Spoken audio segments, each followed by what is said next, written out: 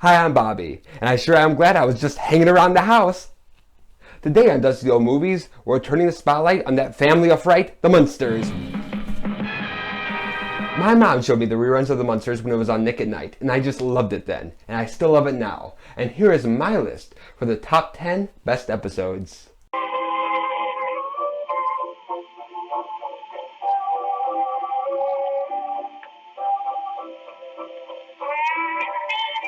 In 1963, the sci-fi sitcom My Favorite Martian was an out-of-this-world hit. Jumping on the bandwagon, ABC decided to develop two of their own far-out sitcoms, Bewitched, I'm a vampire, not a witch, and The Addams Family, which was based on the creepy family in the Charles Addams cartoons. However, when Universal Studios got wind that they were developing The Addams Family, they decided to create their own spooky family sitcom. And because of their long history of making horror films like Frankenstein and Dracula, they owned the likeness rights to the perfect monsters to do it with. Leave It to Beaver producers Joe Connolly and Bob Mosher came on board. The show would focus on a family of monsters living in the suburbs who believe that they are the typical American family. There is the Frankensteinish Herman Munster, his vampire wife Lily, their werewolf son Eddie, Grandpa, aka Count Dracula, who dabbles as a mad scientist, and the ugly duckling of the family, Lily's niece Marilyn, who is named and modeled after the epitome of beauty in the early 60s, Marilyn Monroe. Car 54 Where Are You actors Fred Gwynne and Al Lewis were cast as Herman and Grandpa, and movie star Yvonne DiCarlo was cast as Lily. To make these ghouls even groovier, George Barris designed the Munster coach and later the Dragula for them to drive around in.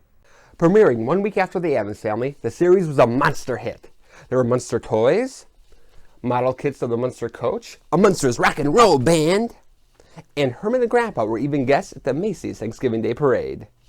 Running for 2 seasons, they made 70 episodes between 1964 and 1966, and here are their top 10 best ones.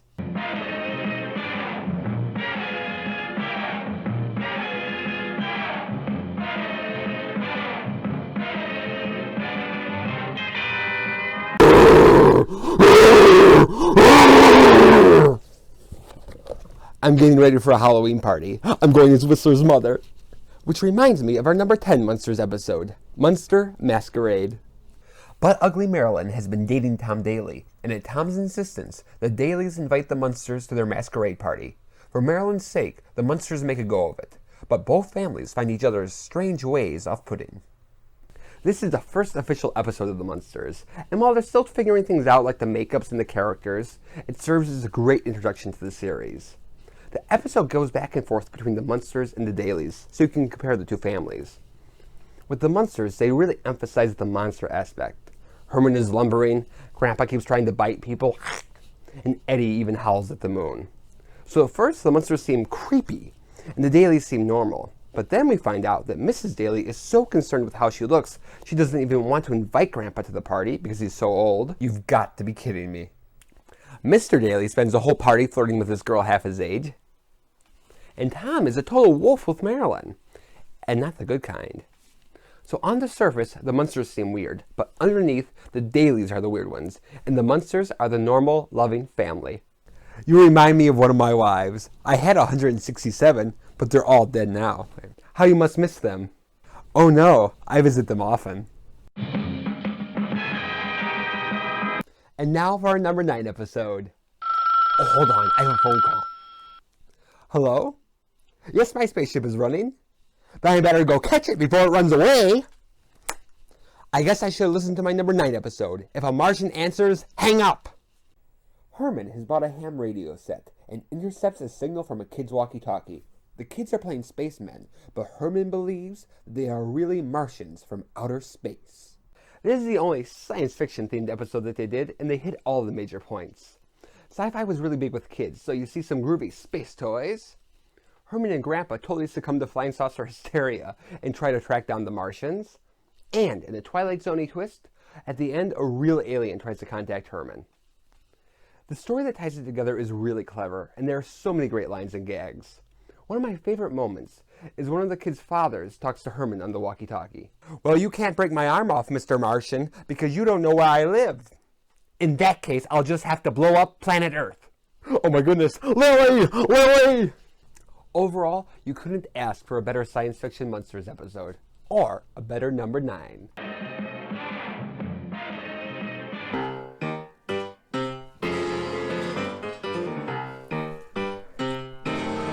I'm practicing to be a model. It's for Playghoul. And speaking of which, our number 8 episode is Lily Munster, Girl Model. Being bored at home, Lily gets a job as a model, sporting the classic Theta Bara vamp look.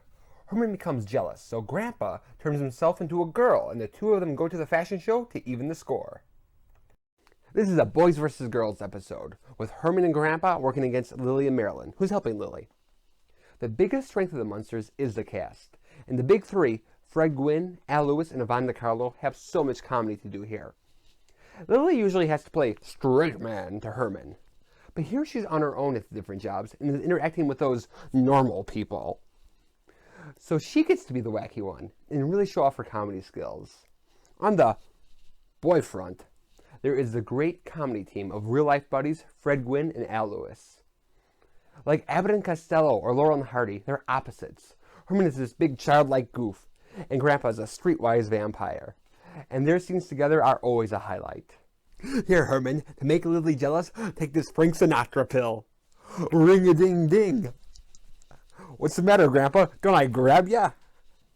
I don't think you're up for being Sinatra. In fact, these days, I don't think even Sinatra is up for being Sinatra.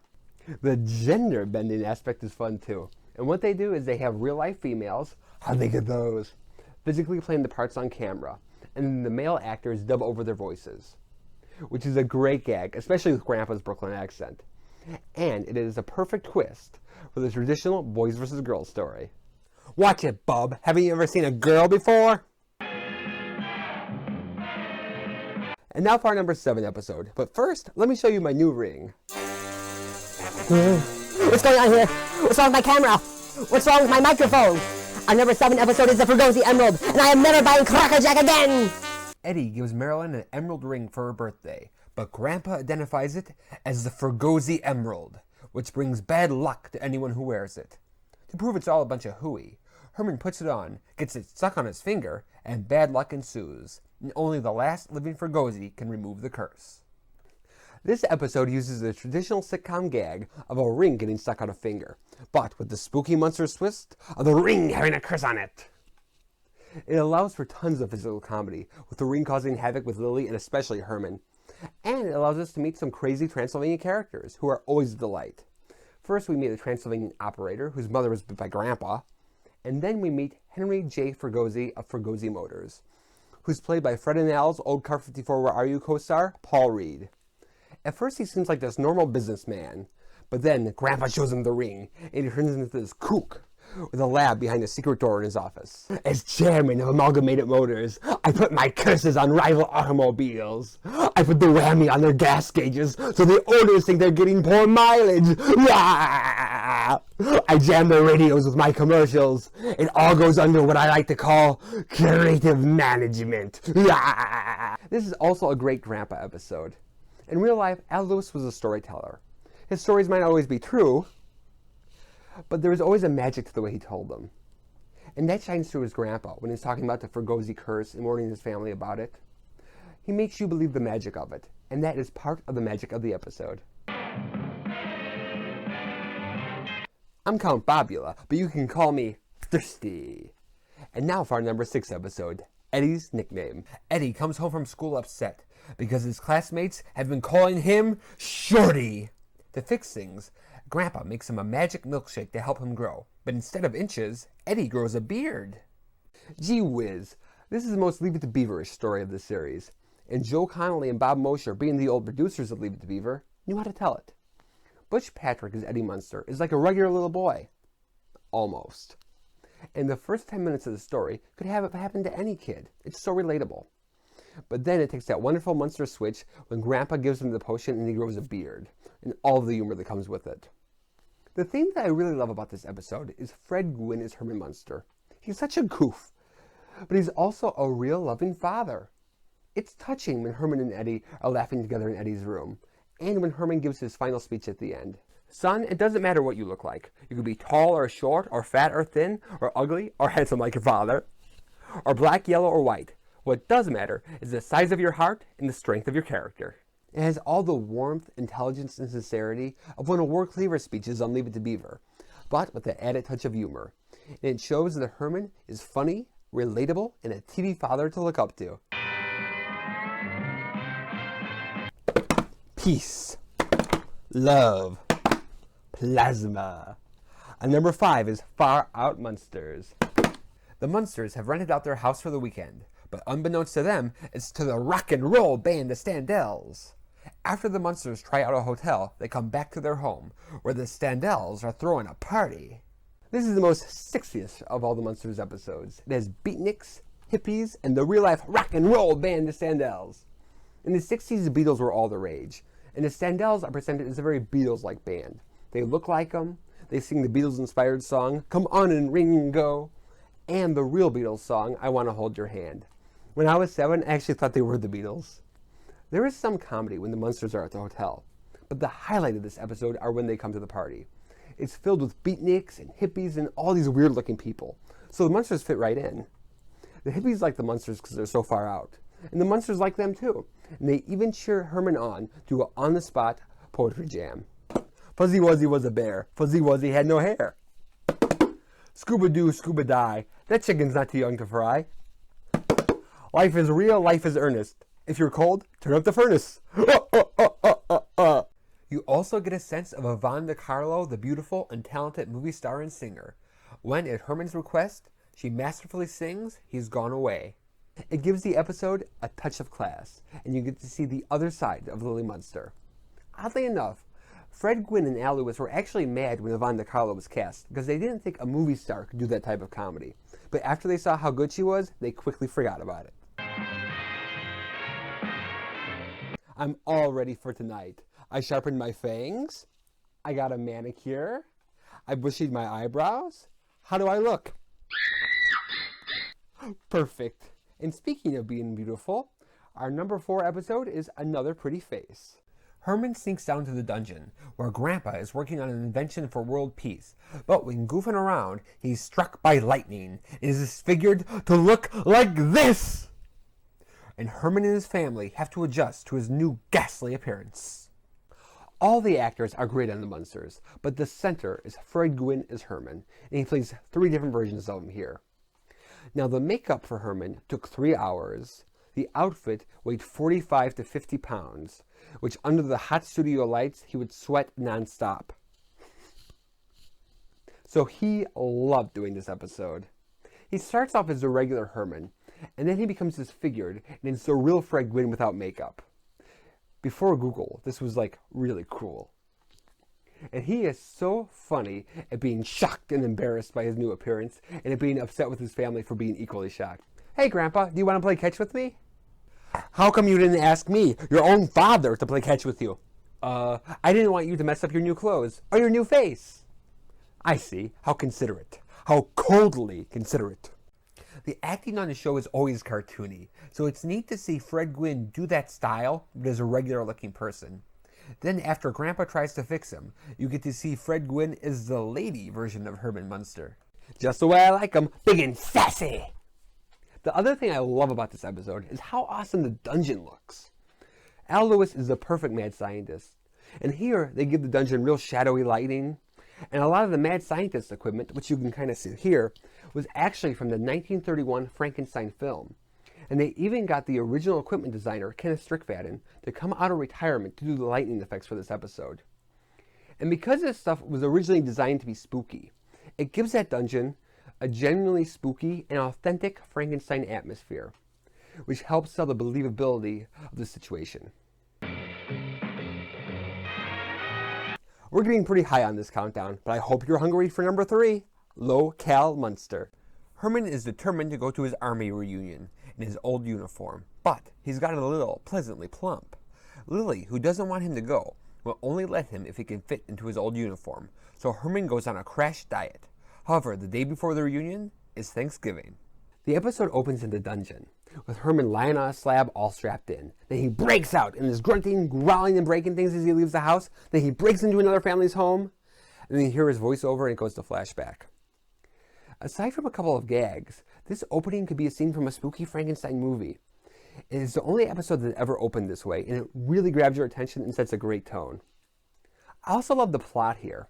My favorite Munster stories tend to be the ones that could happen to anyone, but are just wackier because it's the Munsters. And this episode is any dieter's worst nightmare. Herman goes overboard at first and is only eating protein pills and drinking water. But then on Thanksgiving night, he's watching the TV, and he sees the turkey, the stuffing, the gravy, and the pumpkin pie, and he totally loses it. And he leaves and breaks into another family's home and eats their dinner.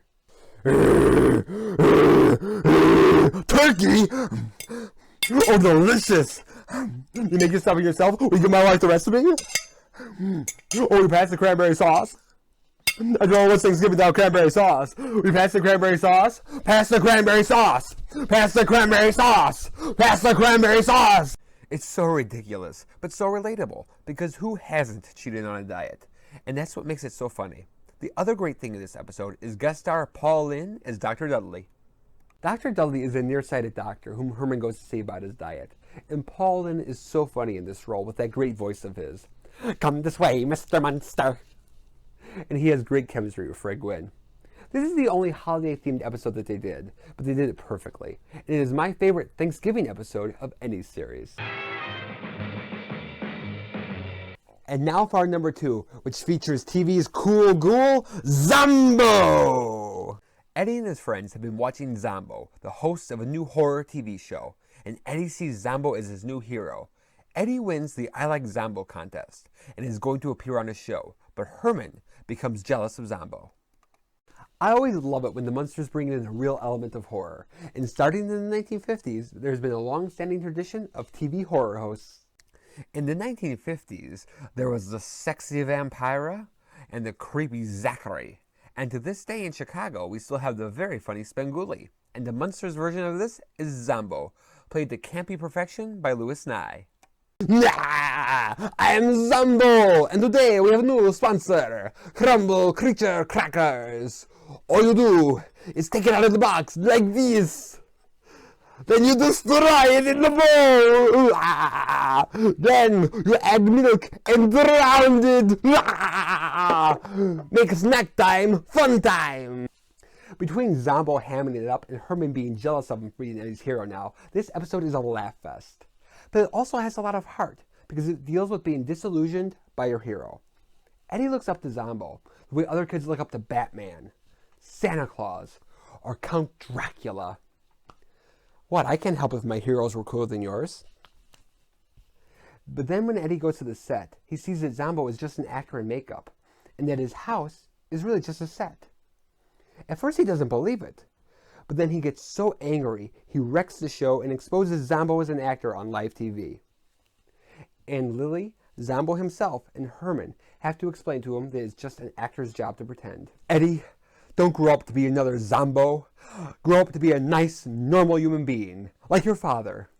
Being disappointed by your hero is always a hard lesson, because you feel hurt and betrayed, but after a little bit of advice, Eddie's able to walk away from it. Now for our number 1 Munsters episode. You might want to sit down, because I'm sure you're dying to know. It is A House Divided. Herman and Grandpa are building a birthday present for Eddie, but when Herman wrecks it, the two have a fight. As a result, Herman draws a line across the house, where Herman stays on his side and Grandpa has to stay on his. This is the ultimate Munsters episode, with every aspect I love about the series at its A-game. As usual, they take a typical sitcom gag of two people having a fight, so they paint a line down the middle. But because of the Munsters, they're able to take this mundane concept and make it as creative and as crazy as possible. One way they do this is by including plenty of Munsterish physical comedy. The scene where Herman is driving and wrecks Eddie's toy car, and the pranks between Herman and Grandpa are hilarious. The Munsters is also a rich show visually, and here there are 2 Munster vehicles, a spooky-looking toy car, and a toy plane that flies, and there are 2 appearances by their pet Spot the Dragon, whom Herman has also painted the line across. The other reason this plot works so well is because it makes the conflict between the 2 funniest characters on the show, Herman and Grandpa. They are always great together, but they are at their best when fighting. You ruined Eddie's car? You ruined the birthday? I don't want to discuss it. Herman, get out of this house! You're throwing me out of my own house? When the bills are overdue, who do you think the bank sends the delinquent notices to? Me, Herman Munster. Well, you're forgetting one thing, Herman Munster. When you bought this house, it was I who made the down payment. The two of them used to come up with a lot of those jokes themselves, and even the family pet Spot the Dragon was their idea. As usual, Lily is a warm but firm voice of reason in that household, with Marilyn at her side, and she orders Herman and Grandpa to stop fighting and make another present for Eddie. So it involves the entire family unit, and it really captures the warm, fun, and weird spirit of the Munster family, and it is the #1 Munsters episode. I hope you've enjoyed the top 10 episodes of the Munsters, and that you have a ghoulishly groovy day. Oh my, look at the time. I really have to fly.